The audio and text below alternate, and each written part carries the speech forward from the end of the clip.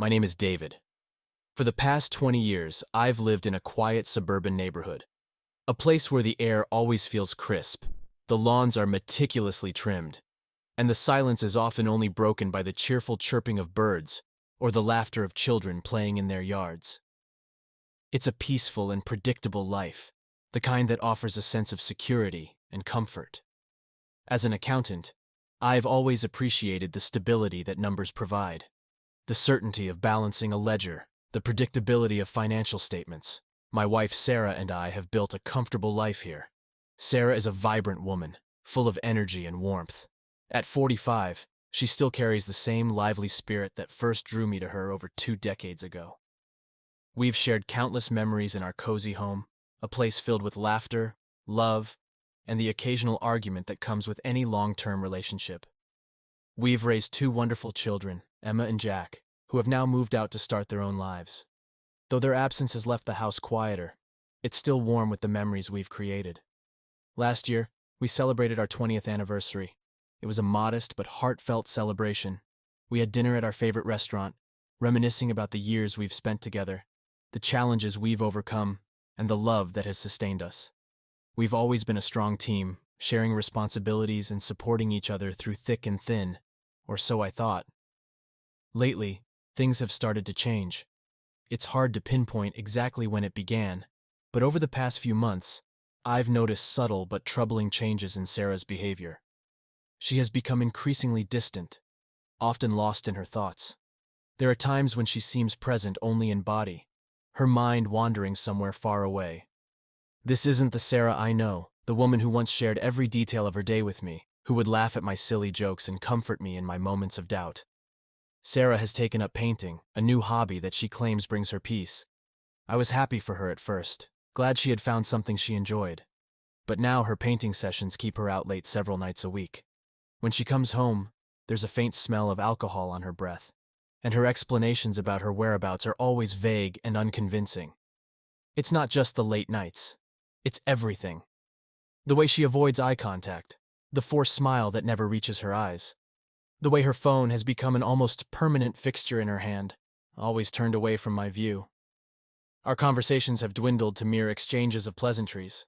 How was your day? Fine. Anything interesting happen? No, not really. It's like we're living parallel lives, sharing the same space but not truly connected. The intimacy that once defined our relationship has been replaced by a cold, distant silence. I feel a growing sense of unease, a gnawing suspicion that something is very wrong. I don't want to believe it, but the signs are becoming harder to ignore. In the quiet moments, when I'm alone with my thoughts, I can't help but wonder if Sarah is hiding something from me. If there's more to her late nights and distant behavior than she's letting on. My mind races with possibilities, each one more troubling than the last. But I need to know for sure. I need to understand what's happening to us, to our marriage.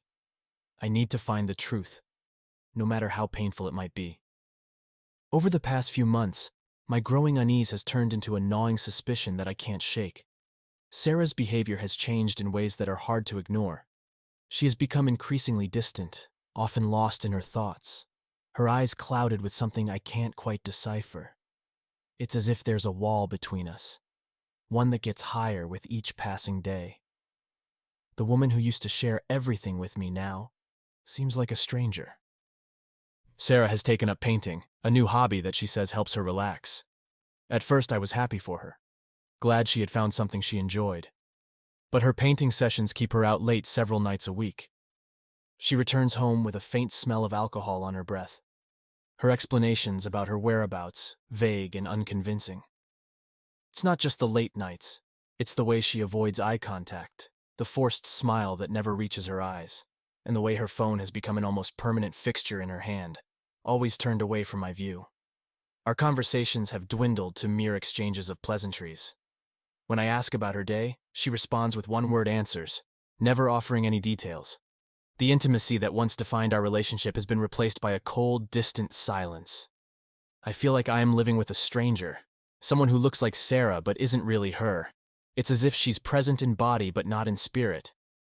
I've noticed other changes too. She spends more time getting ready before her painting sessions, carefully selecting her clothes and applying makeup as if she's going on a date. When I ask her about it, she brushes off my questions with vague excuses. "I'm just trying to look nice," she says, her eyes avoiding mine. But it doesn't add up. The Sarah I know wouldn't go to such lengths just for a painting class. My growing suspicion has started to consume me.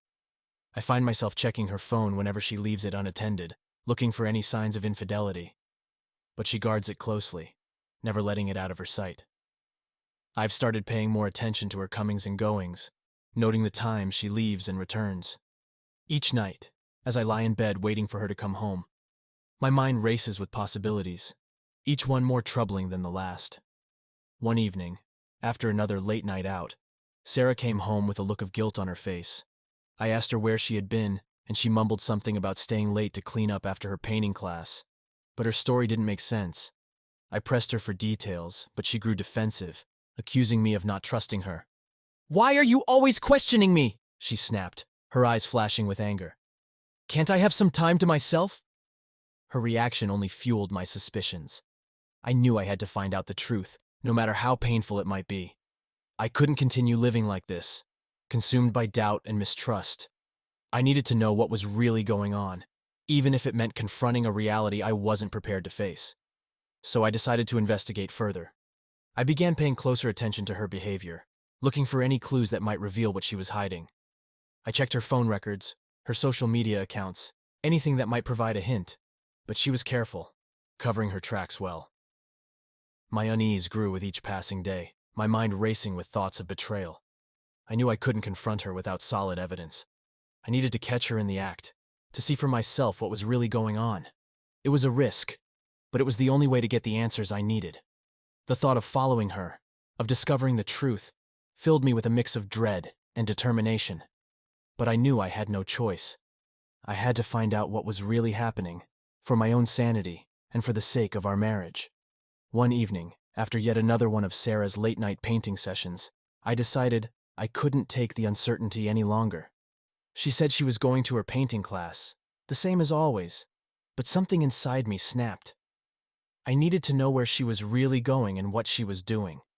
The suspicion was eating me alive, and I couldn't stand it anymore.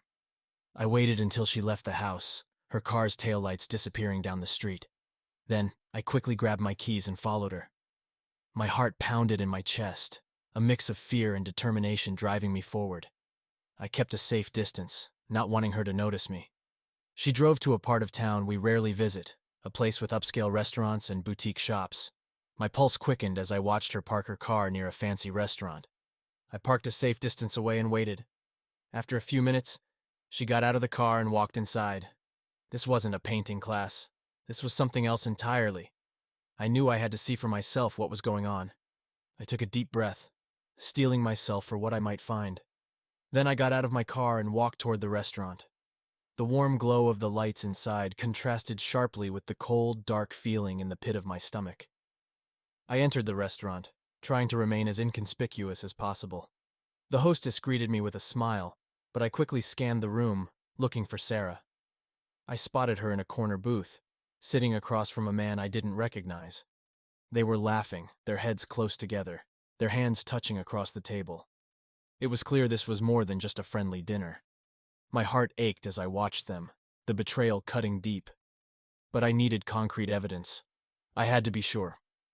I found a spot at the bar where I could observe them without being seen.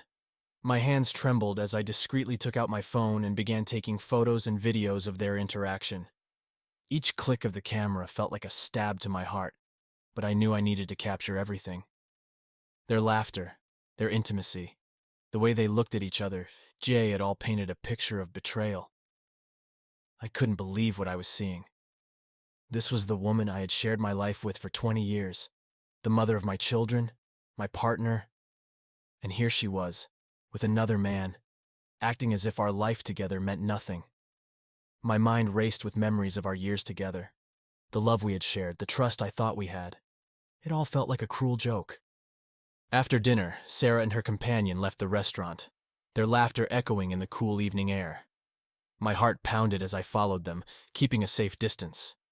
They walked to a nearby hotel, a place that exuded quiet luxury. its grand entrance flanked by manicured gardens and soft, inviting lights. I felt a mix of dread and determination, knowing I had to see this through. I watched from the shadows as they approached the hotel desk. The man spoke to the receptionist, who handed them a keycard with a professional smile. They exchanged a few more words before heading to the elevators, their bodies close, their conversation filled with an intimacy that made my stomach churn. I discreetly captured photos and videos of them checking in, ensuring I had all the evidence I needed. As the elevator doors closed behind them, I felt a crushing weight settle on my chest. My worst fears were confirmed. This wasn't just a harmless friendship or a moment of weakness. This was a full-blown affair. I stood there for a moment, frozen in place, trying to process the reality of what I had just witnessed. The betrayal was complete, and there was no turning back. Instead of confronting them on the spot, I decided to bide my time. I needed to be smart, to gather all the evidence I could, and prepare for the difficult road ahead. I returned to my car, my mind racing with thoughts of what to do next.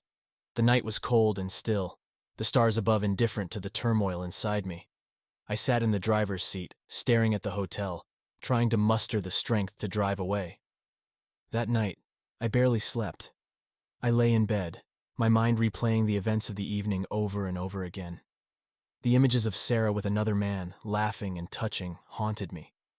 The betrayal cut deep, leaving me feeling hollow and broken. But amidst the pain, a steely resolve began to form. I knew what I had to do. The next morning, I met with a divorce lawyer. I presented the evidence I had gathered, via the photos, the videos, the hotel check-in. The lawyer listened carefully, his expression grave. We discussed my options, the steps I needed to take to protect myself and my future. It was a painful conversation, but a necessary one. I couldn't allow my emotions to cloud my judgment. I needed to be rational, methodical, and prepared. I decided to keep everything hidden for now, to act as if nothing had changed. I would continue to interact with Sarah normally while secretly preparing for the divorce. It was a difficult decision, one that required immense strength and self-control. Each day felt like a performance, a painful charade, but I knew it was necessary.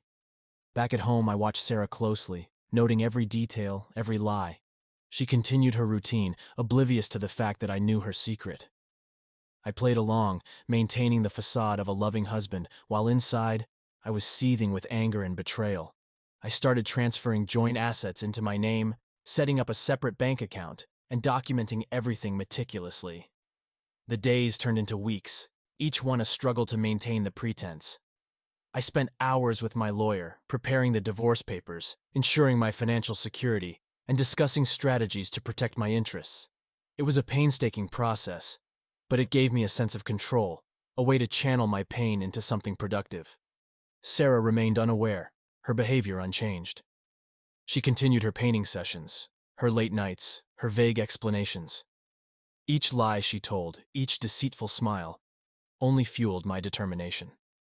I knew that soon the facade would crumble, and the truth would come crashing down around her. I was ready for that moment. I had the evidence, the plan, and the resolve to see it through. The betrayal had cut deep, but it had also given me a clarity and strength I hadn't known I possessed. I was determined to rebuild my life, to find a way forward from the ashes of our broken marriage. The road ahead would be difficult, but I was ready to face it, one step at a time. As the weeks passed, I continued to prepare for the inevitable confrontation and the subsequent fallout. Each day was a delicate balancing act, maintaining the facade of normalcy while quietly setting the stage for my departure. I worked closely with my lawyer, ensuring every detail was in place. The divorce papers were ready, and my financial security was meticulously planned. It was a painstaking process, but one that gave me a sense of control amidst the chaos. At home, I acted as if nothing had changed. I smiled, made small talk, and carried on with our daily routines.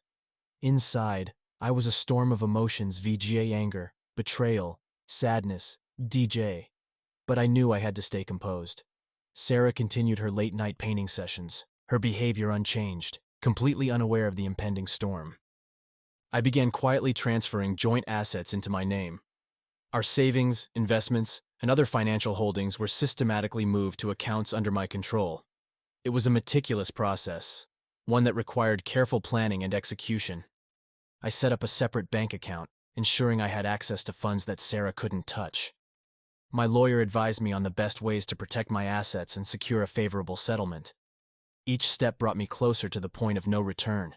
My resolve was tested daily. There were moments when I wanted to confront Sarah, to demand answers and unleash the fury that had been building inside me. But I knew that acting impulsively could jeopardize everything I had been working toward. I had to stay focused, to keep my emotions in check, and to follow the plan.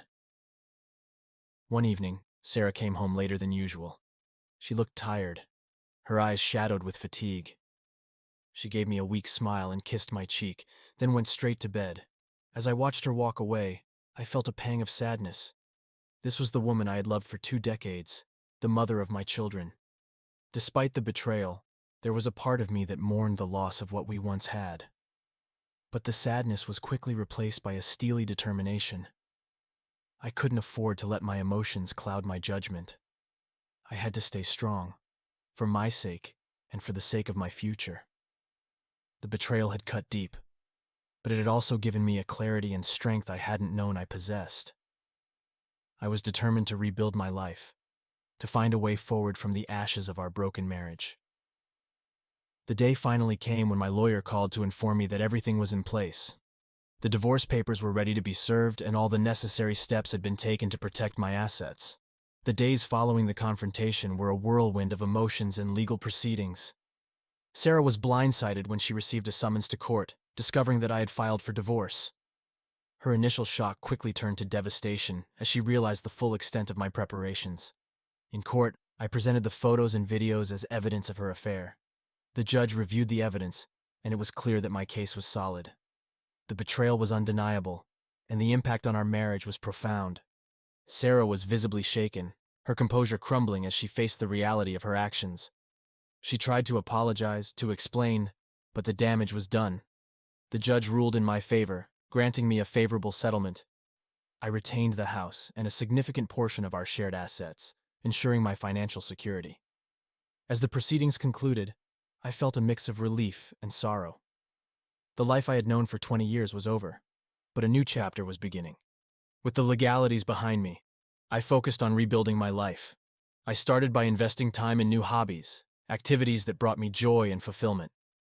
I took up hiking, finding solace in the quiet beauty of nature. Each step on the trail felt like a step away from the pain of the past and toward a future of possibilities. I also reconnected with old friends, people who had been a part of my life before the turmoil of recent months.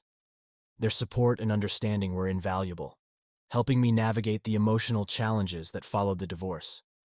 I also began therapy, seeking professional help to heal emotionally from the betrayal. My therapist, Dr. Ellis, was a patient and understanding guide, helping me unpack the complex emotions I was experiencing. Healing takes time, he often reminded me. Be kind to yourself and allow yourself to feel. Those words resonated deeply, reminding me that recovery wasn't a linear process. There would be good days and bad days, but each day was a step toward healing. As time passed, the sharp edges of my pain began to dull. The memories of Sarah's betrayal were still there, but they no longer held the same power over me. I started to feel more like myself again, more in control of my life and my emotions. The future, once clouded by uncertainty, now seemed bright with potential.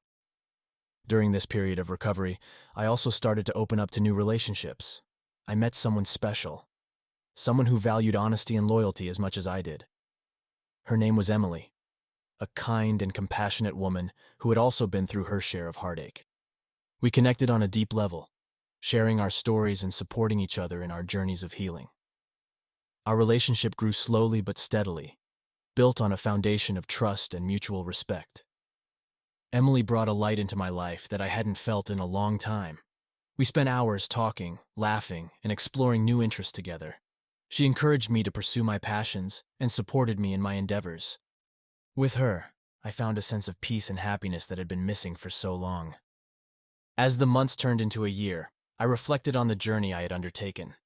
The betrayal and the subsequent divorce had been incredibly painful, but they had also been catalysts for profound personal growth. I had learned to prioritize my own well-being, to seek help when I needed it, and to build a life that brought me joy and fulfillment. The experience had taught me resilience and the importance of self-respect. Looking back, I realized that the end of my marriage was not the end of my story. It was the beginning of a new chapter, one filled with hope and potential. With Emily by my side and a renewed sense of purpose, I was ready to embrace whatever the future held. The journey had been difficult, but it had also been transformative. I had emerged stronger, wiser, and more confident in my ability to navigate the challenges of life. As I stood on the porch of my new home, watching the sun set over the horizon, I felt a sense of peace. The past was behind me, and the future was bright. I had found my way through the darkness and come out on the other side, ready to live my life to the fullest. With each passing day, I felt more grateful for the lessons I had learned and the strength I had discovered within myself. The betrayal had been painful, but it had also been a turning point, leading me to a future filled with hope and possibility.